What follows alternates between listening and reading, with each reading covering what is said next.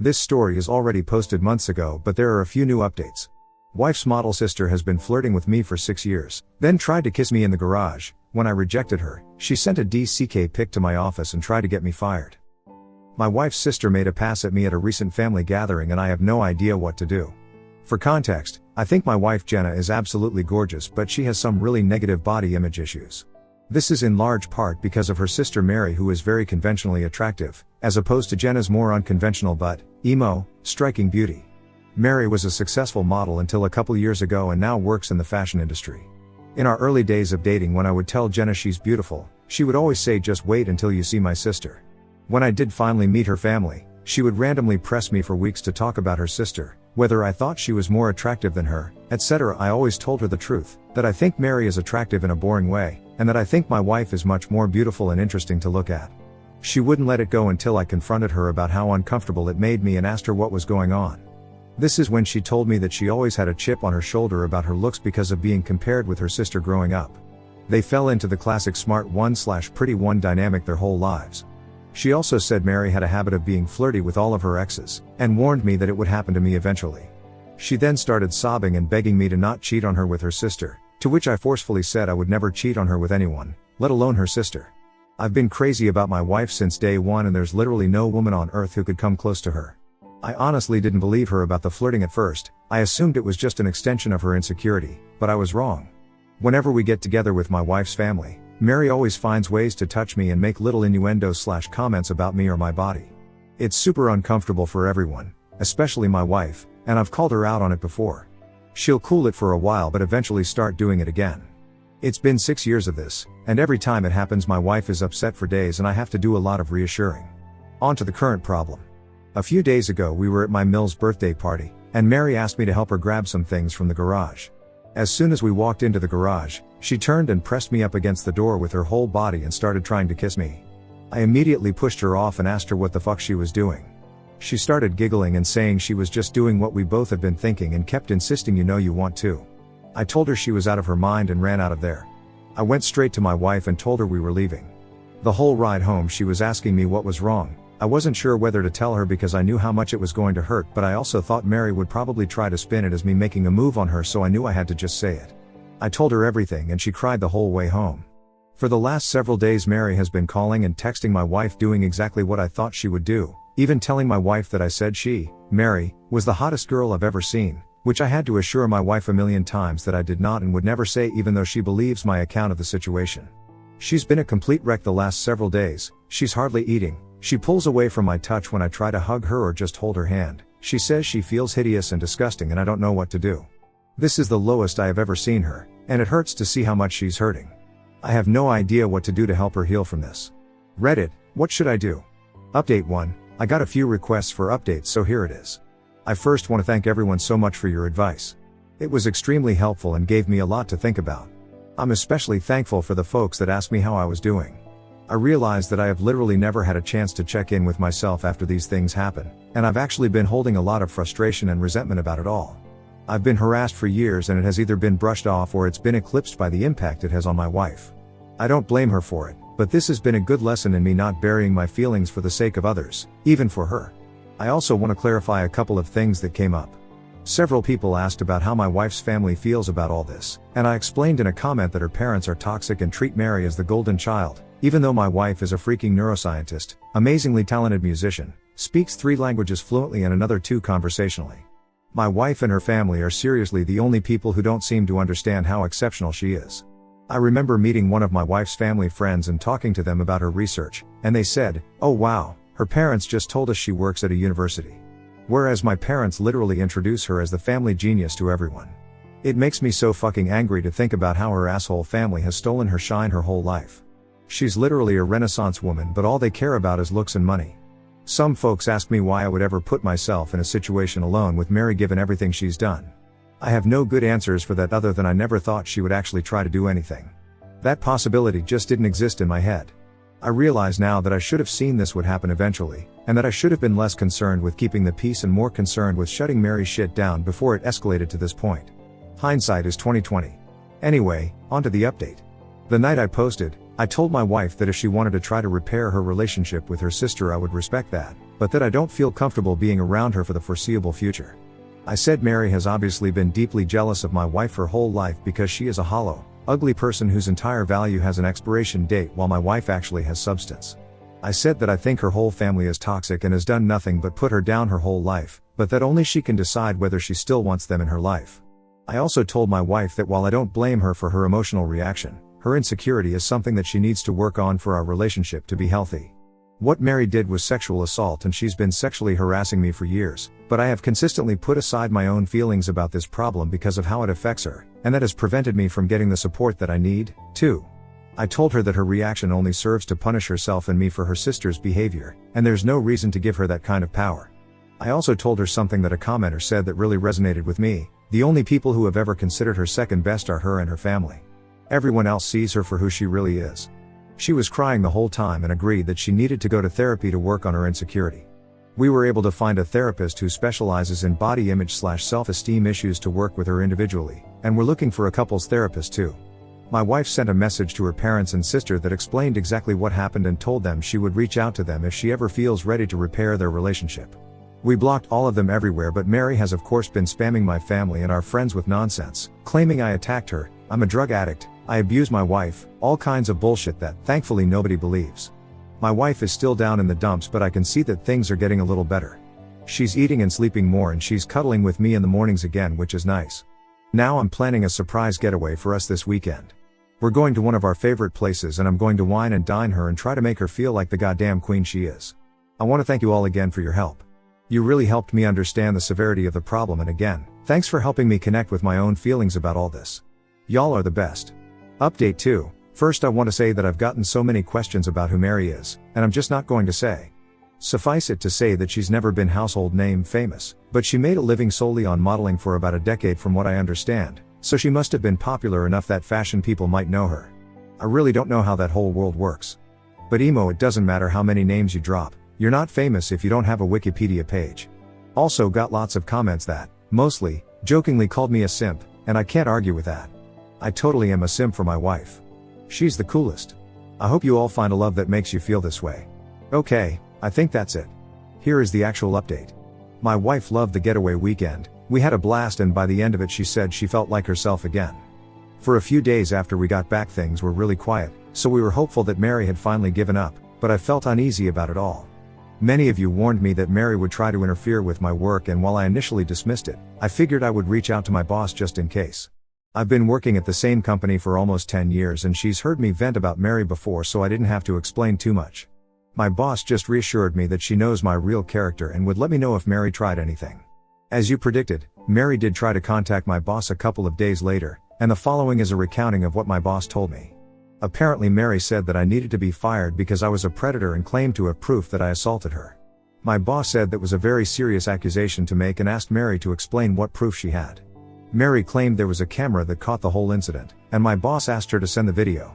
Then Mary got flustered and said the police had it, so my boss asked her to send over a copy of the police report.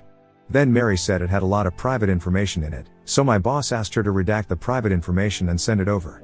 Then Mary said she didn't feel comfortable with that, and my boss told her that she could not take action against an employee based on word of mouth from a stranger. Then Mary shouted at her about victim blaming and hung up. Unfortunately, that was not the end of it. Last Wednesday, Mary somehow sent an email from my personal email account with a dick pic, not mine obviously, to the entire office. My best guess is that I must have left my email logged in on one of my in-laws' devices. She's definitely not smart enough to actually hack me. And I know this is completely beside the point, but of course she chose the weirdest looking dick I've ever seen. I played team sports all my life, I've seen a lot of dicks, and this was something else. It's honestly kind of funny to think about Mary googling gross penis or something and sifting through hundreds of images to find Juu as the right one. I had to apologize to everyone on staff, and thankfully folks were surprisingly understanding. It's actually been kind of a nice bonding experience with my coworkers. I honestly didn't consider myself to be super well liked in the office, but it feels like everyone has been going out of their way to be kind to me, and it means a lot. Anyway, at this point it was clear we had to escalate things legally. I really wanted to avoid it, but she forced my hand. My wife and I have a lawyer friend who helped us draft a cease and desist letter outlining her continued harassment and the material and emotional damage this is causing us. My wife then sent a message to Mary and my in-laws with a copy of the letter and made it very clear that we would pursue criminal and/or civil proceedings if her harassment continued. My wife's mom then called her crying and begged her to just let it go and leave Mary alone. My wife calmly explained that Mary is the only person responsible for this whole situation, and that their parents have always enabled her awful behavior. She also said something she later regretted but I think was pretty badass. Mary is going to stick you two in a nursing home and steal your money the minute she has the chance, and you deserve it. After the way her mom reacted, my wife is firmly settled on cutting off her family completely. This happened on Friday, and on Sunday Mary's best frenemy and sent my brother a message on Facebook to say Mary is going to leave us alone and to please not sue her. I told my brother not to respond, then just sat and enjoyed the idea that Mary was out there somewhere freaking out about the potential of having to actually face the consequences of her actions. It must be such a strange feeling for her. Since then, we haven't heard a peep from the grapevine. It feels like things are finally starting to go back to normal. My wife is starting therapy next week and will be starting couples therapy in a month or two. She wants to do some work on herself first. She's also taking a short leave from work to rest and recharge. I'm so proud of her for standing up for herself with her family and finally putting her mental health and well-being first. Thanks again for everyone who offered advice. This was a messy situation, but it definitely would have been messier without your help. Update 3. I forgot about this account completely until today and logged in to see so many comments and messages asking for an update. It's honestly touching to see how many people care about this situation and want the best for me and my wife. This will be a brief update. I don't want to make this a regular thing, and the original situation has resolved enough that I am hopeful this will be the end of the saga. Mary and my in-laws have pretty much left us alone. My mill still tries to contact my wife every now and then, but she's made it clear to her family that if the first words out of their mouths aren't "I'm sorry," she isn't interested in a conversation. As you can see, the past 6 months have made my wife a badass. She has done some amazing work in therapy and her confidence is growing all the time. It's not just with her family. She's more comfortable asserting herself at work, with strangers, with friends, etc. She's even stopped putting up with some of my shit. To be fair, that shit is stuff like my leaving my socks everywhere around the house, but I'm seriously proud of her for telling me to cut it out. I'm becoming a more responsible and supportive partner because she's able to communicate her needs and expectations without feeling guilty about it. And I'm able to communicate things to her without intense emotions fully eclipsing the conversation. I didn't mention this in my earlier posts, but my wife does struggle with rejection sensitivity even outside of her family. Often if I brought up something that I felt needed to change, her emotional reaction to feeling like she did something wrong would be really intense, and instead of dealing with the problem, it would become about regulating her emotions. Now my wife has really good coping tools that allow her to talk about the problem without thinking she is the problem. And the biggest update. She's pregnant. We have a baby girl due in February. I am shitting my pants with excitement. We are going to love her so much and teach her that she is more than her beauty. She's going to have happy parents who love each other and work through issues as a team. The toxic cycle will be broken. Jenna's family doesn't know, and she's not sure if / when she'll tell them, but if she does, there are going to be strong boundaries in place for how they can be a part of our daughter's life. And it'll start with family therapy. For now, she has one set of grandparents that will go to the end of the earth for her, and that's more than enough. My family has been absolutely incredible in their support, and they're so excited for us. Things are looking better than they ever have. That's all, folks. Thanks again for your support on this wild journey. Update 4, new update. Hello everyone, I have come here for advice before and you were all incredibly helpful, and I could really use some support again. Jenna and I had our first daughter in February. She's amazing and we're doing great. We ended up moving away from Jenna's home state, NY, to mine, MA, to be closer to my family, and they've been incredibly helpful with the baby. We have not seen Jenna's family since cutting contact and blocking them everywhere, and we didn't tell them about the baby. Yesterday we received a letter in the mail from my Mill and Phil. No idea how they got our address. Apparently my Phil has been diagnosed with late-stage cancer and is being told he could be dead in weeks. In-laws went on about how sorry they were for the way they handled the situation with Mary. They also apologized for the way they've treated my wife her whole life. Again, check post history, but basically Mary was the golden child and Jenna was an afterthought despite being super accomplished. They ended by saying they recently heard about the baby through the grapevine and want to meet their grandchild. To me, the apology seemed genuine. They went into detail on what they did wrong, apologized and expressed remorse, and explained what they should have done differently. They said they hope to earn our forgiveness with time and were willing to do family therapy to heal our relationship. Jenna is not having it. She feels like it's too little too late and doesn't want to respond. She also suspects that they're lying about Phil's cancer and just want to pressure us into reconciliation so they can meet the baby. It seems ludicrous, but I guess I wouldn't put it past them. I want to respect my wife's feelings around this, but I'm worried that if the cancer is real, she may regret not taking this opportunity for reconciliation before he dies. I expressed this to her, but she is adamant and I haven't broached the topic since. My instinct is to wait a few more days until the shock wears off to talk about it again. I just don't know what the best way to approach it would be.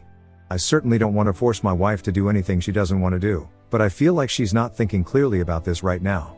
It also must be noted that our baby is still struggling with sleep and we're both tired and emotional all the time, so I feel like this might be influencing how she feels about all this. What should I do here? Should I try again or just let it be? Edit. People, stop being mean to me. I too am tired and emotional and my feelings are getting hurt. I am not forcing my wife to do anything. I brought it up one time. I know this is not about me.